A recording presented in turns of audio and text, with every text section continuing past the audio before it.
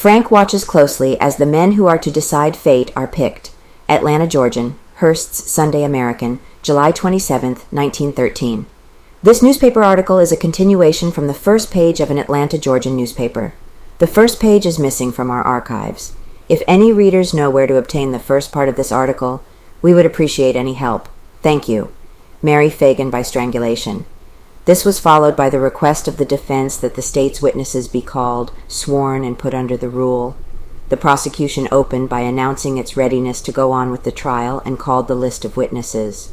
Bailiffs brought them down from the second floor. In regular order called, their names were Mrs. J.W. Coleman, mother of Mary Phagan, J.W. Coleman, the girl's stepfather, George Epps, newsboy, L.S. Dobbs, policeman, W.W. Rogers, bailiff for constable, L.S. Starnes, detective and also prosecutor on the indictment, Pat Campbell, detective, Grace Hicks, girl who identified Mary Phagan's body, J.M. Gantt, once held for inquiry, now supposed to be a star witness for the prosecution, Harry Scott, the Pinkerton detective, R.P. Barrett, pencil factory employee, B.P. Haslett, policeman, M.V. Darley, factory employee, W.A. Gheesling, undertaker that cared for the girl's body, Dr. Claude Smith, city bacteriologist, Dr. H.F. Harris, member of the State Board of Health, Dr. J.W. Hurt, coroner's physician, E.L. Perry, court stenographer, E.S. Smith, Monteen Stover, girl employee at pencil factory, Minola McKnight, cook at Frank's home,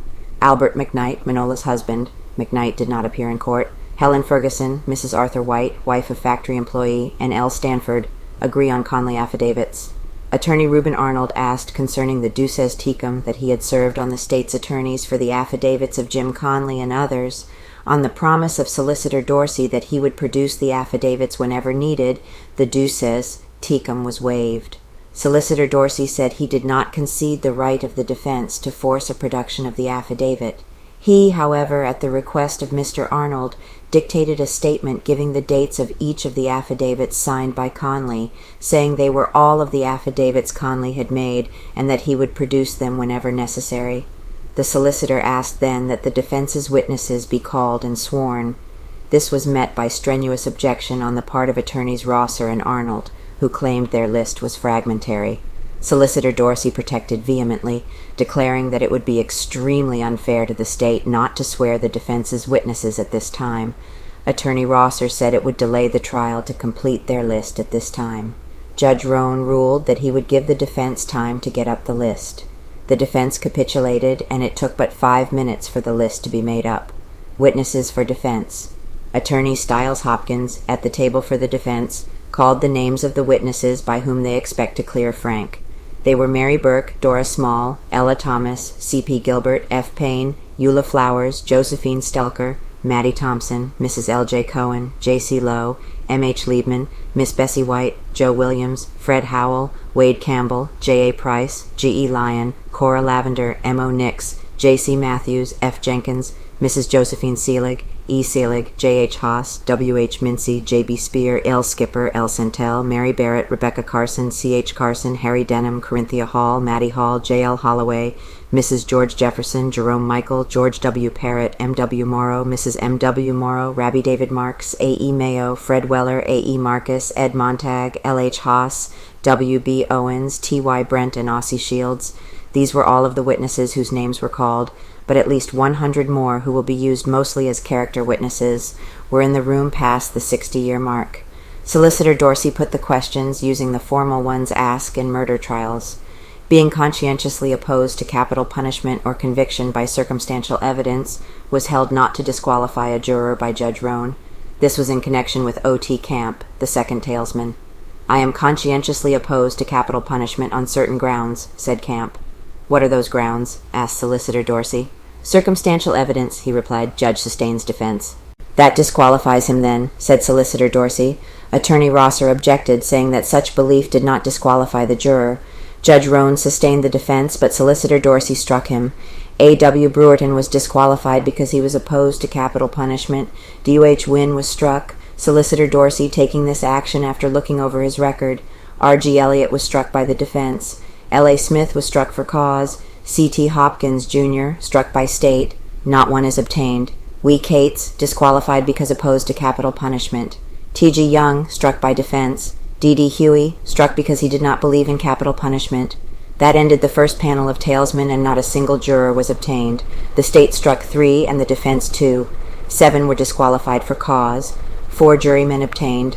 4 jurors were obtained from the second panel. They are A. H. Hensley, number 74 Oak Street, a salesman. F. V. L. Smith, number 481 Cherokee Avenue, a manufacturer's agent. J. F. Higdon, 108 Ormwood Avenue, a contractor. F. E. Winburn, number 21 Lucille Avenue, a claim agent. On the second panel, the following men were struck: Howard Oliver by the defense, he Lucky for cause. Owl Sperlin, number 156 Lawton Street, struck by defense, Hay Scheid for cause. E. E. Hawkins, number 369 Edgewood Avenue, a Negro who was accepted by the prosecution but struck by the defense. L. F. Davis for cause. David Woodward for cause. M. J. Sewell for cause. Imposing array of counsel. The buzz of conversation in the little courtroom instantly was hushed when Judge Roan appeared, and Deputy Sheriff Plenty Minor called the court to order. The impaneling of jurors was begun at once. Luther Z. Rosser, Chief of Counsel for Frank, pressed his way to the defense's table just as Deputy Minor rapped for order. Solicitor Dorsey and his associates were at their table busily arranging papers and documents several minutes before the swearing of the venirman began. An imposing array of legal talent was presented when the case was called. Heading counsel for Frank were Rosser and Reuben R. Arnold, 2 of the foremost lawyers of the South. At their table were Herbert J. Haas, a civil attorney, who has been engaged in looking up character witnesses in behalf of Frank, Stiles Hopkins of the Rosser and Brandon law firm, Oscar Simmons and Paul Goss, engaged especially to assist in picking the jury, George Cox of Arnold and Arnold law firm, and Luther Z. Rosser, Jr., wife at Frank's side.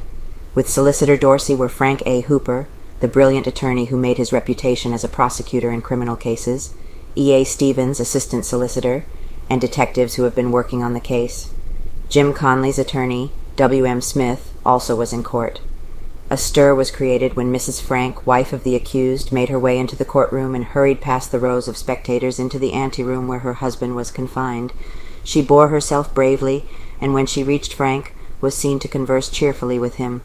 The loyal woman, who insisted on being by the side of her husband until he was called into the courtroom with his attorneys, drew the attention away from the routine proceedings several minutes. Judge Roan in good humor. Judge Roan appeared in unusually radiant humor and enlivened the dull routine of the early proceedings with facetious remarks directed at the jurors who sought to evade duty on various pretexts. To one who claimed deafness, Judge Roan said that he had heard his own name readily enough when it was called. Another juror, Dr. E. L. Connolly, well-known capitalist and gray-haired veteran of the war, remarked, smiling rather slyly, that he thought he was over age. Plea wins excuse. "How do you know that?" inquired the judge. "My mother says I am," was Dr. Connolly's reply. "Do you claim exemption on that account?" asked the court. "I guess I do, Judge," admitted the capitalist. "Well, then, I guess I will excuse you," said the judge, amid a general laugh from the courtroom. Dr. Connolly left his place with a vigor that belled his years. Old Dr. Stork was responsible for the excusing of several of the jurors. By the time the 8th panel of men had taken the oath, 3 men had told of new arrivals at their homes and had been excused. Defense not to ask delay. Luther Z. Rosser, of counsel for the defense, stated to a Georgian reporter as he left his office for the scene of the trial that the defense would make no move for delay. "We will not seek a change of venue or make any move of any kind to delay justice for our client," he said. "We are entirely confident that justice and truth will prevail as it always must." Reuben R. Arnold of the defense made the same kind of a statement. "We will announce ready as soon as the case is called," he said. One important witness for the defense was reported to be missing. He is a traveling salesman, and the defense was said to be confident of locating him. Centel, in Navy now. Edgar L. Centel, who testified that he saw Arthur Mullinax and Mary Phagan together at midnight of the day of the crime, has enlisted in the Navy and will not be able to appear at the trial. A great crowd gathered in front of the courthouse as the hour of the trial drew near, and when 9 o'clock arrived, Pryor Street at Hunter was almost impassable. The corridors of the courthouse were a mass of humanity, through which a lane had to be cut by deputies to allow the passage of witnesses and lawyers and newspapermen. The crowd was tense with curiosity, but to all appearances inclined to be orderly, and apparently was moved only by the commonest of human motives, curiosity. "Frank feeling fine," he says. Frank was escorted from the tower to the courthouse shortly after 6 o'clock in the morning, nearly 3 hours before the trial was scheduled to begin. This was done to avoid the curious crowd which it was expected would be about the courthouse and thronging the corridors at 9 o'clock. Frank was up and dressed and freshly shaven when Deputy Sheriff Plenty Minor appeared before his cell at the early hour. "How are you feeling this morning, Mr. Frank?" the deputy inquired. "Tip-top, only I'm mighty hungry," replied Frank, exhibiting the same poised confidence that has characterized him through 3 months since he was locked in a cell in the county jail. The young factory superintendent chatted freely with Minor on the way to the courthouse. Sure he will be freed. He was attired in a natty light gray mohair suit and wore a fancy gray tie. His face was fuller and he appeared slightly heavier than when he was arrested shortly after the murder of the Phagan girl. He seemed cheerful and in the best of health. "I am very sure of acquittal," he said as he arrived at the courthouse. "I am glad that the trial is about to begin after the long wait. I have no fear of the outcome. I am not only innocent of the terrible crime, but I am innocent of any knowledge of it, save as the information has come to home since the officers came to my house that morning 3 months ago." At this moment, E.C. Essenbach, a relative of Frank, appeared with a tempting breakfast, which was spread in the prisoner's room at the courthouse. Frank gave ocular proof that his appetite had not suffered from his long confinement as he proceeded to make way with the delicacies prepared for him. Frank greeted his relative cheerfully, and conversed with him for more than an hour. The topic seldom was on the crime or the trial which was about to begin. Long before the time set for the judge to take the bench, other friends and relatives of the prisoner had appeared, and some of them were permitted to talk to him. Conley ready for the stand. Jim Conley, Frank's accuser, was made ready for the trial early in the morning, although it was not probable that he would be called during the day. He was given a shave and a new suit of clothes, as he had worn for the last 3 months the same shabby garments that he had on at the time he was arrested while washing a shirt at the National Pencil Factory. Conley said that he was ready to go on the witness stand at an instant's notice. He declared that he would stick to the same story that he told in his last affidavit, and which he has since repeated many times for the benefit of Solicitor Dorsey. "If they had just let me face Mr. Frank, I could have made him tell the truth long before this," he asserted. Less than 100 persons were waiting about the courthouse at 8 o'clock, an hour before the time set for the beginning of the trial.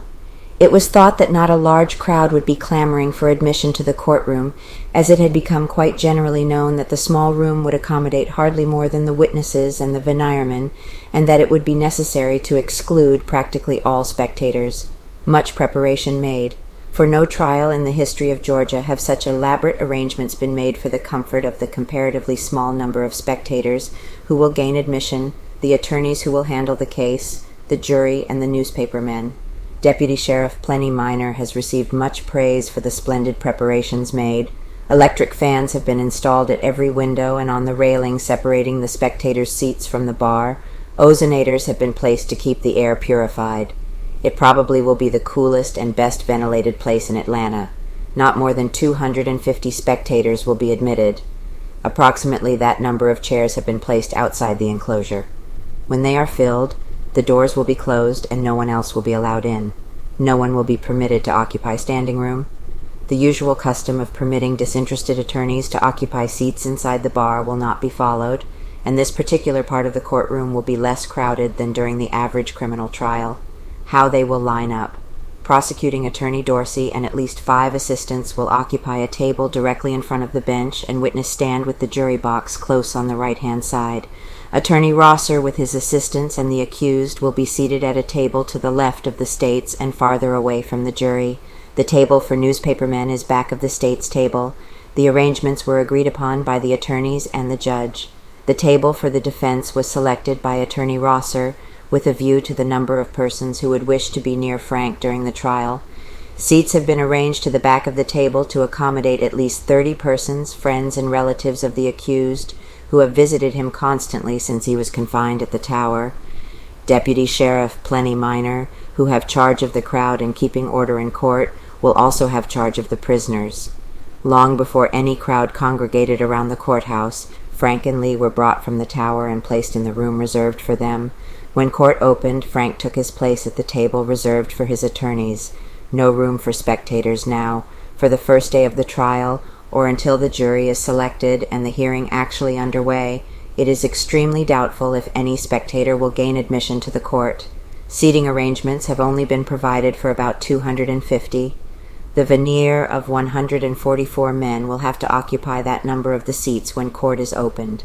The witnesses for the two sides will occupy the remaining seats and standing room until they are disposed of in some way, which may not be until after the jury is drawn. The court rule to segregate the witnesses will of course be enforced, have qualified as jurors, which will hardly be before the middle of the week. When the witnesses are segregated, they will be kept in the large courtroom on the floor above the trial room. A bailiff will be placed in the hall and one on the door of the witness chamber, and as the names are called, they will be brought from the floor above to the court. It is probable some rule will be made to keep the witnesses for the state and the defense separated, in which event the third floor of the building would have to be used. Jury room carefully selected. But if any great difficulty is anticipated in drawing a jury, and the judge thinks it impossible to finish this task during any one day, he will probably excuse the witnesses until the next day, and continue to do so until the jury is impaneled. The jury room was selected with a great deal of care. It is almost inaccessible from the outside and large and airy. Its windows are about 20 feet above an alleyway that runs on either side. Deputies will be kept in the alley to keep anyone from getting this close to the room. As each juror qualifies, he will be escorted to the room and kept there until the full panel is drawn. Recess will be taken at 1 o'clock in the afternoon, and the jury will be taken to luncheon at a restaurant almost directly across the street from the court. At night, it will be quartered at the Campbell house under a heavy guard of deputies. From the time a juror is acceptable to both sides until the conclusion of the case, he will not be allowed to go to his home or communicate with anyone except a fellow juror. The least of the deputies' troubles will not be in handling the crowd that will gain admission to the court, but in handling the crowd that will daily congregate on the outside and wait through the day for news of the proceedings in the trial. 10 deputies and as many members of the county police will be on duty on the streets around the building.